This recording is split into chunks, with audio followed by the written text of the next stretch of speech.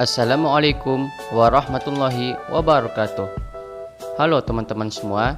Di video ini kami dari kelompok 3 yang beranggotakan Khusran, Nazia Mayuni Fitri, Ratu Nabila Aisyah, Muhammad Doris Akbar, Saraya Afika Zafirah akan menjelaskan tentang skenario model pembelajaran Project Based Learning.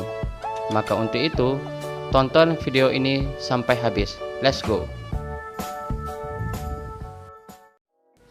Seperti yang kita ketahui bahwa Project Based Learning ini merupakan model pembelajaran yang melibatkan siswa untuk mengerjakan sebuah proyek yang bertujuan untuk menyelesaikan sebuah topik ataupun masalah yang terdapat dalam kehidupan sehari-hari.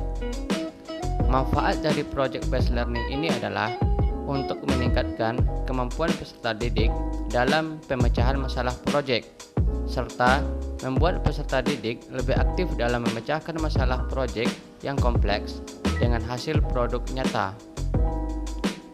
Adapun bentuk kerja proyek merupakan suatu bentuk kerja yang memuat tugas-tugas kompleks berdasarkan kepada pertanyaan dan permasalahan yang sangat menantang. Jadi, dalam menggunakan model pembelajaran Project Based Learning, seorang pendidik harus mengikuti tahap-tahap yang sudah ditetapkan di dalam menggunakan model pembelajaran Project Based Learning ini.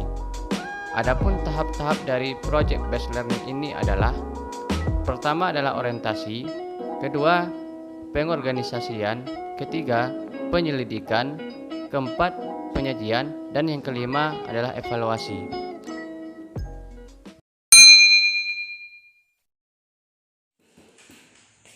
Baik, Assalamualaikum warahmatullahi wabarakatuh. Waalaikumsalam warahmatullahi wabarakatuh.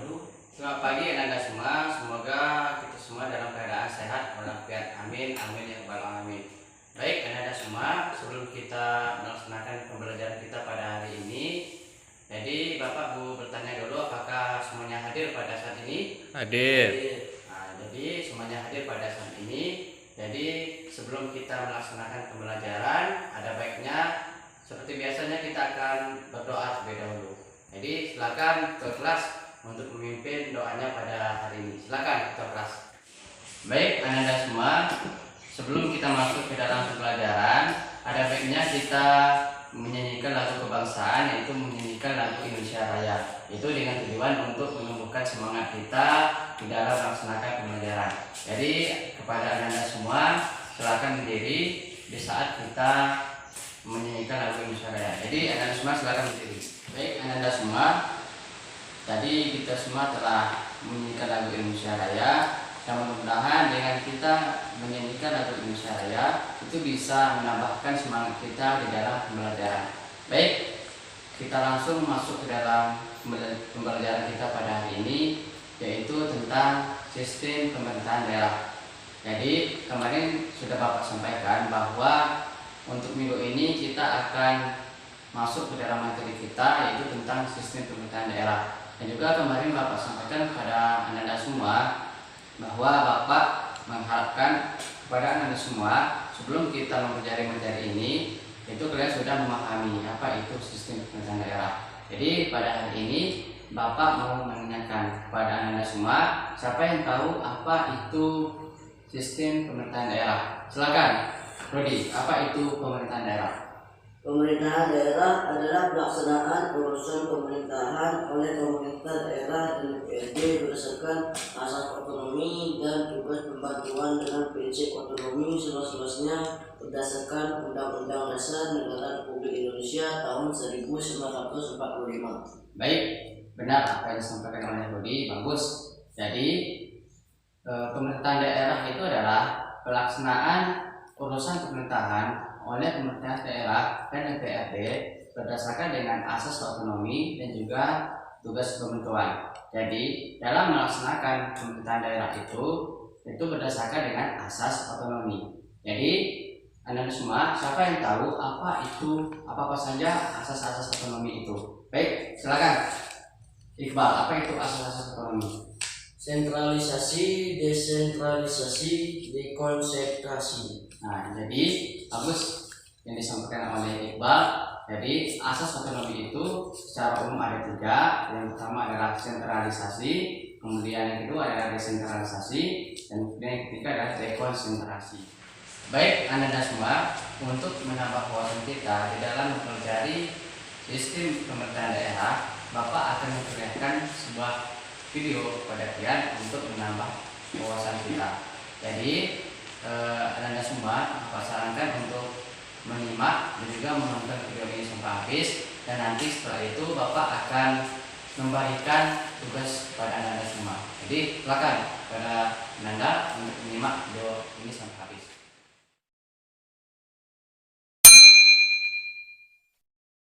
Baik Anda semua, tadi kita semua telah melihat dari beberapa video yang Bapak berikan, dan sesuai dengan apa yang Bapak sampaikan tadi, bahwa pada hari ini kalian akan membuat tugas-tugas seperti yang Bapak katakan tadi. Dan untuk tugasnya itu dibentuk secara tugas secara berkelompok. Jadi setiap kelompok itu akan membahas satu masalah itu tentang asas otonomi daerah. Nanti kalian buat apa saja konsep, misalnya dari kelompok 1 akan membahas tentang asas desentralisasi.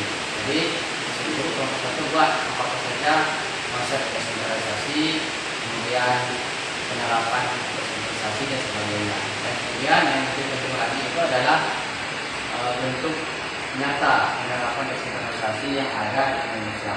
Nanti Bapak akan memberikan kelompok untuk Anda semua.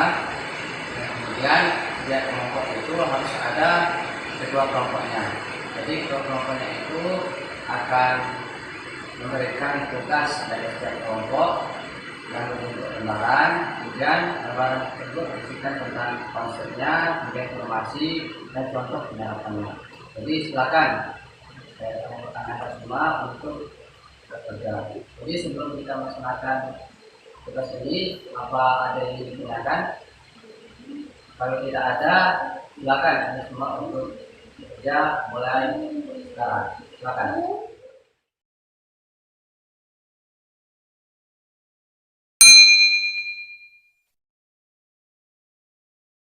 Baiklah, Assalamualaikum warahmatullahi wabarakatuh. Sebelum kita membentuk beberapa kelompok, di sini saya akan menjelaskan sedikit materi mengenai proyek Based E-Learning tentang tahap mengorganisasi peserta didik.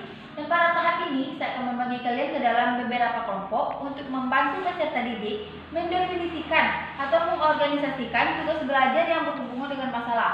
Mungkin langsung saja kalian untuk membagi atau membentuk beberapa kelompok dan mendiskusikan materi yang saya berikan. Mungkin saya memberikan kalian waktu untuk mendiskusikan materi tersebut 20 menit. Mungkin cukup untuk waktu diskusinya. Langsung saja untuk menampilkan atau mempresentasikan apa yang telah kalian diskusikan tadi. Lalu setelah itu mungkin kita bisa membuka sesi tanya jawab untuk kita bahas secara bersama. Baiklah, mungkin itulah gambaran dari tahap pengorganisasian proyek Based E-Learning, yaitu membagi ke dalam kelompok, mendiskusikan, lalu mempresentasikan hasil diskusi yang telah kita diskusikan tadi. Baiklah, sekian mungkin itu saja yang dapat saya sampaikan. Kedepannya mungkin bisa kita lanjutkan dan kalian bisa memberikan pemikiran yang lebih untuk menerapkan tahap-tahap pengorganisasian dari proyek Based E-Learning tersebut. Saya sudahi dengan Assalamualaikum warahmatullahi wabarakatuh. Assalamualaikum anak-anak, apa kabar? Semoga anak-anak semua sehat ya. Kenalkan, nama Ibu Seraya Atika Zafira, biasa dipanggil Ibu Seraya. Nah, pada hari ini Ibu akan menjelaskan tentang tahap proyek Based Learning yang keempat, yaitu gimana mengembangkan dan menyajikan hasil atau penyajian. Nah, pada tahap ini Ibu akan membimbing anak-anak dalam menyiapkan laporan, dokumentasi, model, dan membantu anak-anak berbagi tugas dengan sesama temannya. Nah, anak-anak, Ibu meminta anak-anak membagi beberapa kelompok, dan di mana kegiatannya yang pertama yaitu Ibu meminta anak-anak untuk mengembangkan hasil penelitiannya beberapa bentuk umum, dan yang kedua Ibu meminta perwakilan kelompok untuk menyampaikan hasil temuannya dan memberikan kesempatan kepada kelompok lain untuk memberikan pendapat dan saran kepada kelompok yang tampil.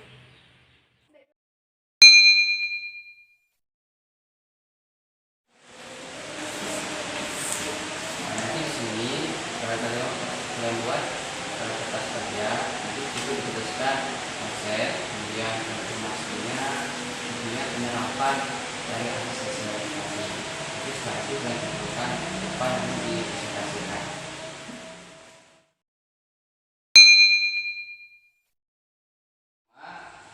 Bapak lihat semua kelompok sudah memberikan hasil diskusinya masing-masing, dan pada hari ini nanti Bapak akan sebutkan siapa saja kelompok yang akan tampil.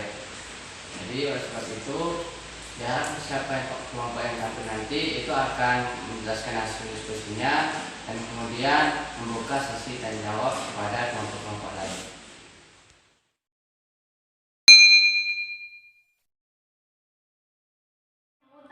Baiklah, kepada kelompok 1 dipersilakan untuk menampilkan hasil temuannya. Terima kasih kepada kelompok 1 yang sudah menampilkan hasil temuannya. Nah, anak-anak, apakah ada yang bertanya atau menyampaikan pendapat kepada kelompok 1? Kalau ada, dipersilakan. Baiklah, kepada kelompok 2, silakan bertanya kepada kelompok 1.